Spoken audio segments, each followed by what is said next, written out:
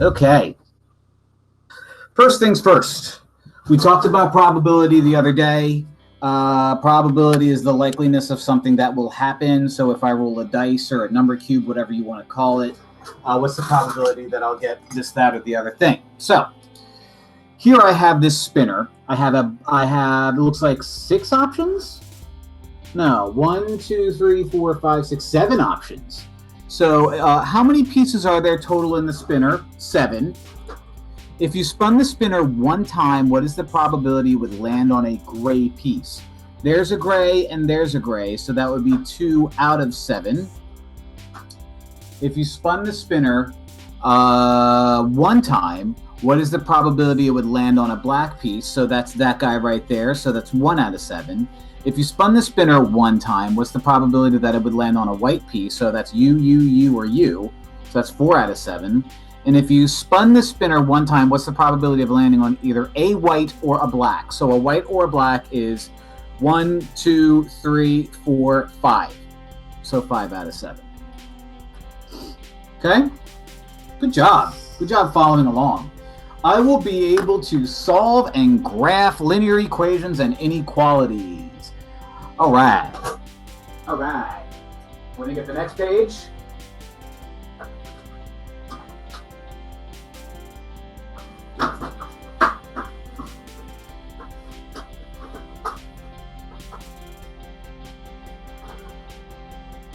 Okay, so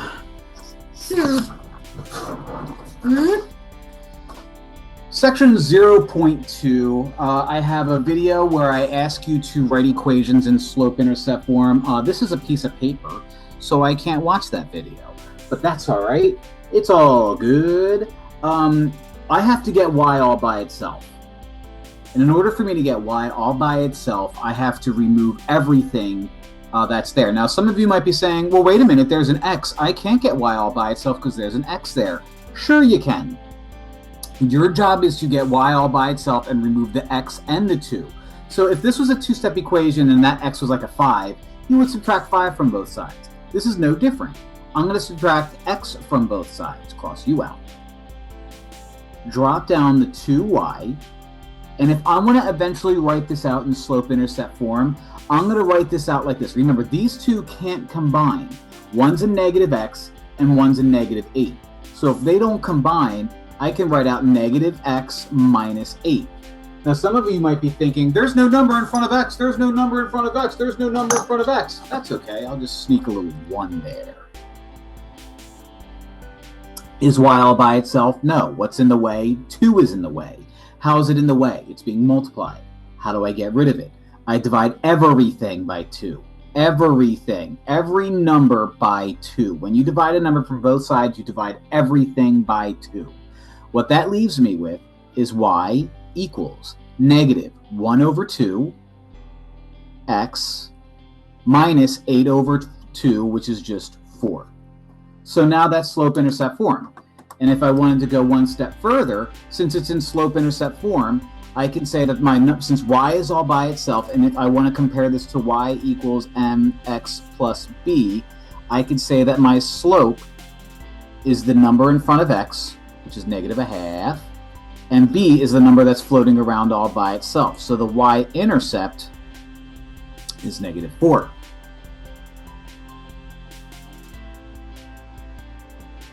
Okay? Even though it didn't ask me that, I just decided to have a little bit of fun, you know? Why not? Why not? Is y all by itself? No, not even close. Let's follow the same rules. I have a 4x over here floating around, and I have a 5 floating around. What should I get rid of first, the 5 or the 4x? The 4x. How do I get rid of it? Subtract it from both sides. Minus 4x, cross you out. Drop down the 5y equals, these two don't combine because one of them is negative 4x and the other one's negative 10.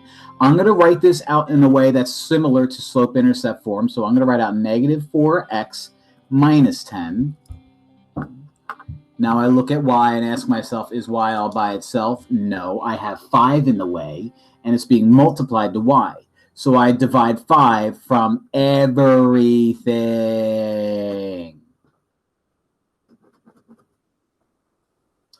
That leaves me with y equals negative 4 over 5, doesn't simplify, x minus 10 over 5 becomes 2.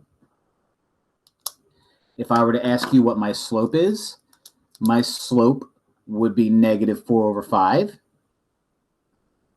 and my y-intercept would be negative 2.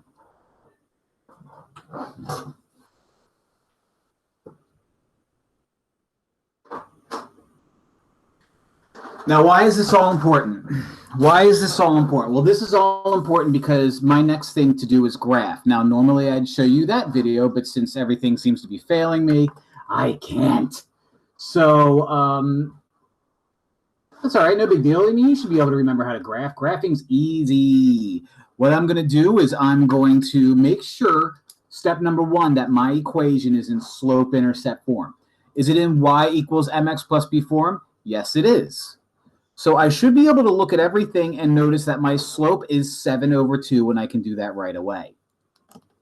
I should be able to look at everything and see that my y-intercept, the number that's floating around all by itself, is negative 2.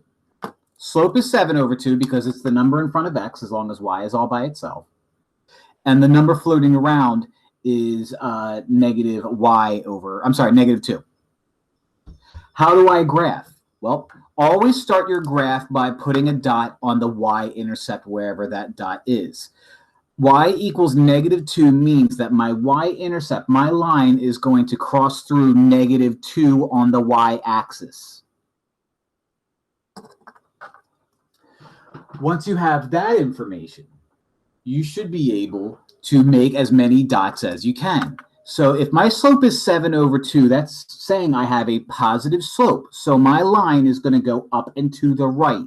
I'm going to make more dots by following the rise over run of this problem. So I'm going to go up 1, 2, 3, 4, 5, 6, 7, and I'm going to run 1, 2. I'm going to go up 1, 2, I ran out of room. So let me go back to my original dot. Up 7, right 2 is the same thing as down 7, left 2. So I should be able to go down 1, 2, 3, 4. I ran out of room. I only have 2 dots. Is that okay? Sure. Sure it is. So I'm going to take these 2 dots and draw out a straight line. I'm going to use this old driver's license that I found when I lived with my parents and use that to make a straight line. I don't live there anymore, by the way, boys and girls. So if you're trying to steal the address, go ahead. My parents live there, so you can have fun with them. Easy. When it's already y equals blah, blah, blah, I don't even have to do all this. I just know that I start at negative 2 and go up 7, right 2, or down 7, left 2. So that's fine. Easy peasy, lemon squeezy. However, this is not easy peasy, lemon squeezy. Why?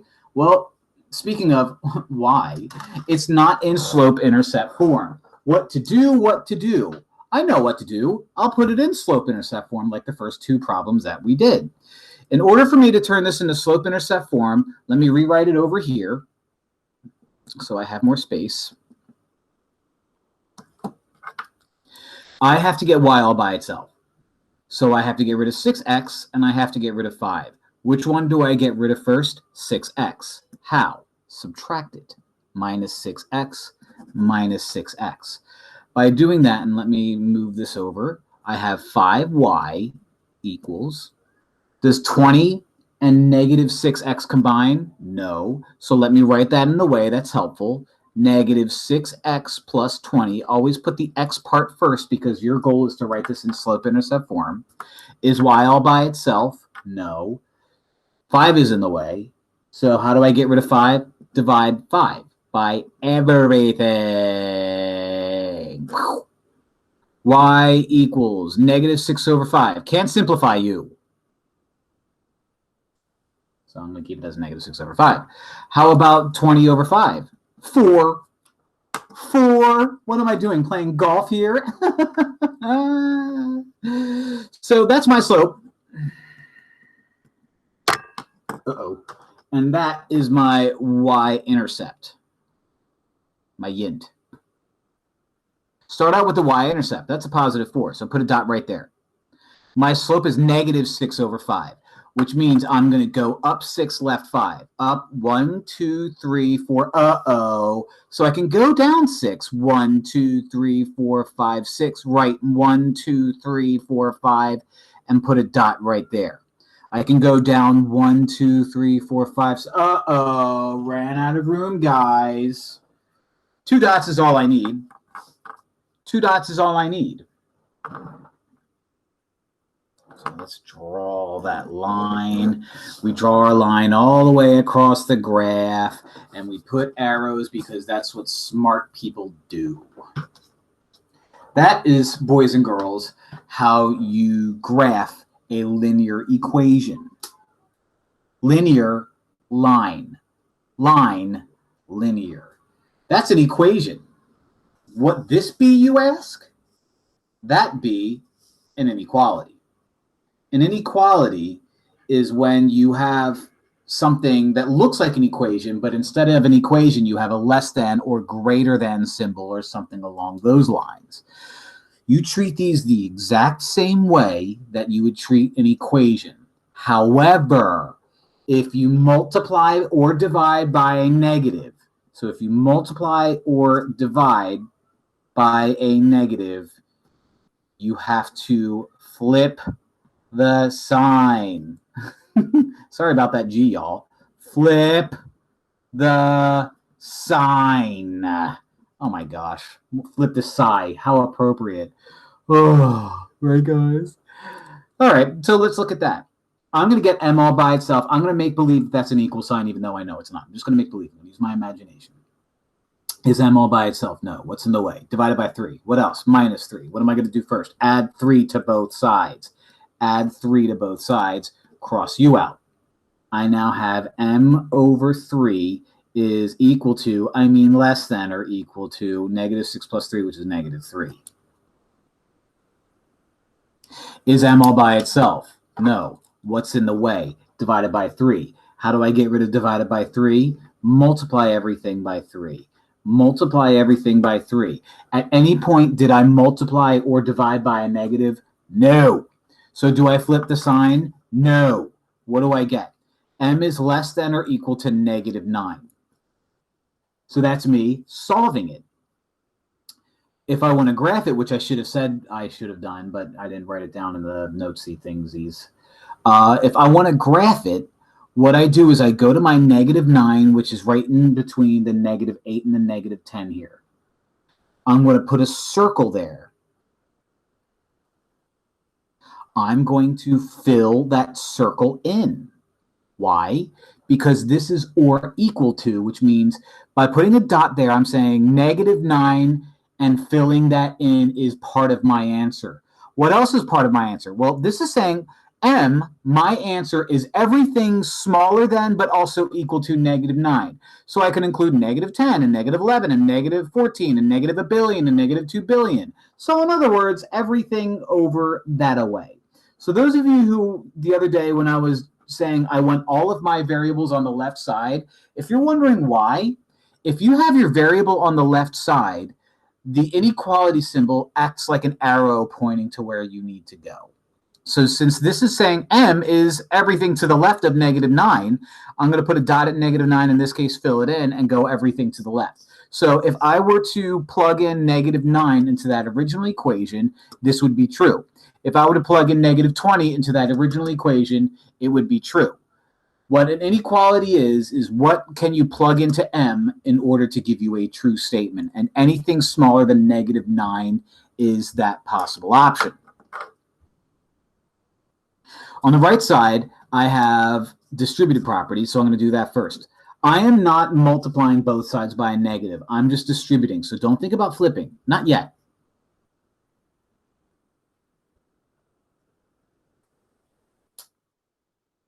So I took negative 4 times 3, which is negative 12.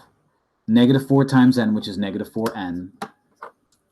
and nothing changed on the right side. Is n all by itself? No. What's in the way? -4 and -12. Which one should I get rid of first? -12. How? Add 12, add 12. Cross u out. -4n is greater than -24. Did I multiply or divide by a negative? No. Guess what I'm going to do now? Divide by a negative. This is when I flip the sign. N is less than +6. So if I want to graph that, I put a circle at 6. I don't fill it in because I'm not including 6. My answer is going to be everything smaller than 6. So 5 and 3 and 0 and -1 billion. So I'm going to put an arrow pointing everything to the left.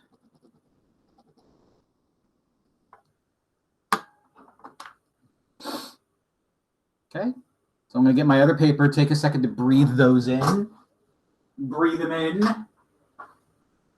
What was that? Problem 5 and 6.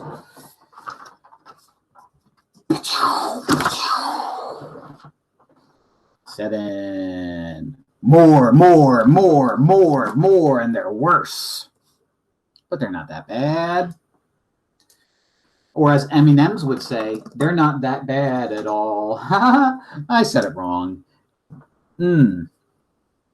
Is A all by itself? No, in fact, there's two A's, one on the left and one on the right. When I have an A on the left and an A on the right, I always like to get rid of the smaller A first so it keeps everything positive. So that leaves me with -6 is less than or equal to 15 plus 7A. Or as Fonzie would say, 7A. Rest in peace. Actually, I think he's still alive. Subtract both sides by 15. Subtract both sides by 15. Cross u out. -6 minus 15 is -21. And so I have -21 is less than or equal to 7A.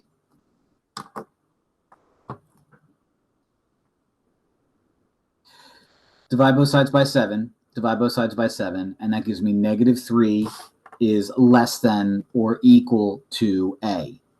Now, remember what I said before about how my variable really should be on the left? This is an easy fix.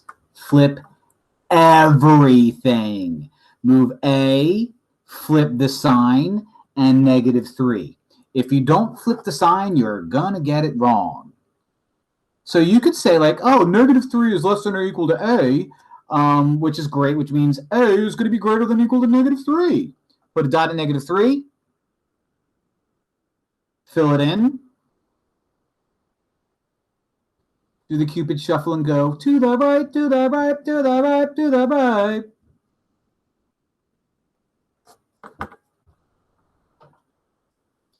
So the rules are always the same no matter what the types of problems look like. So let's do the next one. Distributive property right away. So -x doesn't change, less than doesn't change, -x doesn't change. I have plus 7x minus 14.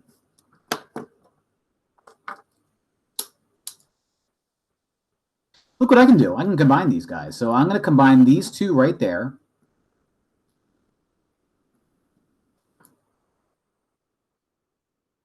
Now what I notice is I have an x on both sides of the equal sign, so I always like to get rid of the smallest one, but in this case, I'm not going to. I'm going to get rid of the 6x on the right. That way it evens out what my inequality should look like. That way I have an x on the left, and I have a number on the right. This gives me -7x is less than -14. We'll put that down there. Divide both sides by -7. Which means if I divide both sides by -7, -7 divided by -7 just becomes x. Flip the sign, and -14 divided by -7 is +2. So I'm going to put a circle at 2. I'm not going to fill it in because it's not equal to. And I'm going to go to the right.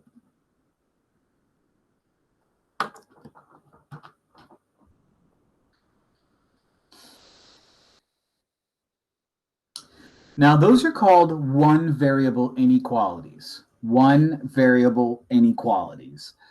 See this guy? See this John? See that John right there? That John is called a two variable inequality. A two variable inequality. And what I do with that is I graph this guy like I would graph any normal equation, but I have to remember a few extra special rules. So can I graph this guy right away? Absolutely I can. Okay, I can start at 4. 1, 2, 3, 4. My slope is -3, which means up 3, left 1, or down 3, right 1. Remember, the slope, and I'll write it down here where you can see, the slope is -3 or -3/1. So I can go up 1, 2, 3, left 1, or I can go down 1, 2, 3, right 1, down 1, 2, 3, right 1, down 1, 2, 3, right 1. Now, it's really, really, really, really, really important to remember with inequalities is that if your job is to graph them, if you have an equal sign attached to it, if it's greater than or equal, or if it's less than or equal, you can make a solid line. If it doesn't have the or equal to part attached to it, then you can't make a solid line. You have to make a dashed line. Since this is or equal to, I'm going to make a solid line. And just like that, I totally forgot where I put my old driver's license, and so I'm just doing this free. Now, am I done? Oh, heck no. The last step is you see that symbol right there? That symbol means greater than or equal to, which means when I shade things, and I gave it away, when I finish this problem, I have to shade a side. Which side do I shade? If it's greater than or equal to, that means you shade above. So above is up here. So I'm going to shade this side. Now, what this problem means is I could take any point in that blue region there and plug it into the equation. So when I say point, I mean like literally the point here, 2, 2. I could take that point 2, 2 and plug it in 2 for x and 2 for y and get a true statement. That's what that means. One more. One more, and then we're done.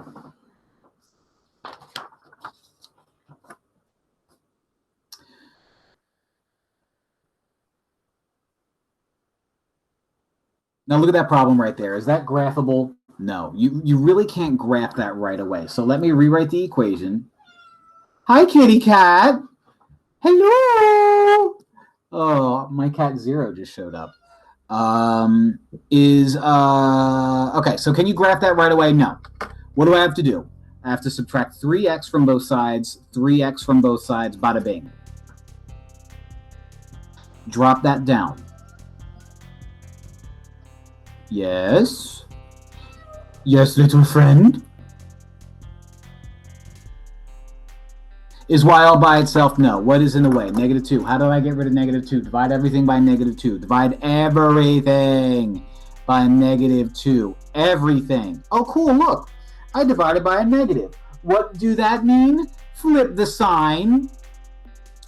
-3 over -2 is +3 over +2. Hello, x. Come along for the ride, baby. And +10 divided by -2 is going to be -5. That is my slope. That is my y-intercept. Put a dot at the y-intercept. My slope is 3 over 2, which means up 3, right 2. Up 3, right 2. Up 1, 2, 3, right 1, 2. Up 1, 2, 3, right 1, 2. Up 1, 2, 3, right 1, 2, dot. Now, before I just willy-nilly draw a line here, you see that symbol right there? That's greater than. Is it equal to? No. So the way we show that our line is not equal to is we make our line dashed. Dashed line. Am I done now? No, you silly goose. I still have to shade a side. That side is greater than, which means I shade everything above the line. And everything above the line is this, right here that I'm making in pink. What this means in a real word problem sense is I can pick 0, 0, speaking of my cat, whose name is 0, 0, 0, and I can plug that in to this original equation. In fact, let's do that and see if we get a true statement. If I plug 0 into that, 3 times 0 is 0. 2 times 0 is 0, is less than 10. Is 0 minus 0 less than 10? Sure is. So when I have this shaded region, what that means is I can take a point from that shaded region, I can plug that into my original equation, and it'll be a true statement. That's what solving inequalities means. That's what inequalities of all kinds means. That's what inequalities means. So to end the day, basically I'm looking at that graph there, and I should be able to come up with an equation for that graph. So let me see. Let me see what I've got here. I've got myself a y-intercept of 2. So that's going to be plus 2. It's shaded below, and it's a straight solid line. So shaded below means less than. A solid line means or equal to. Now I need the slope. So it looks like, and I know the printing didn't end out nicely. It would have been nicer if this was on the computer. If it goes through -2 and 2, it looks like I have a slope of up 1, right 1, up 1, right 1, up 1, right 1, which means positive 1. My slope is 1. So my slope is 1x. So writing this whole thing out, I have y is less than because I shade underneath, or equal to because it's a solid line, positive 1, which I'm not going to write out, but the slope is 1 because my slope is up and to the right, and it's up 1, right 1, x, plus 2 because my y-intercept is 2. All right.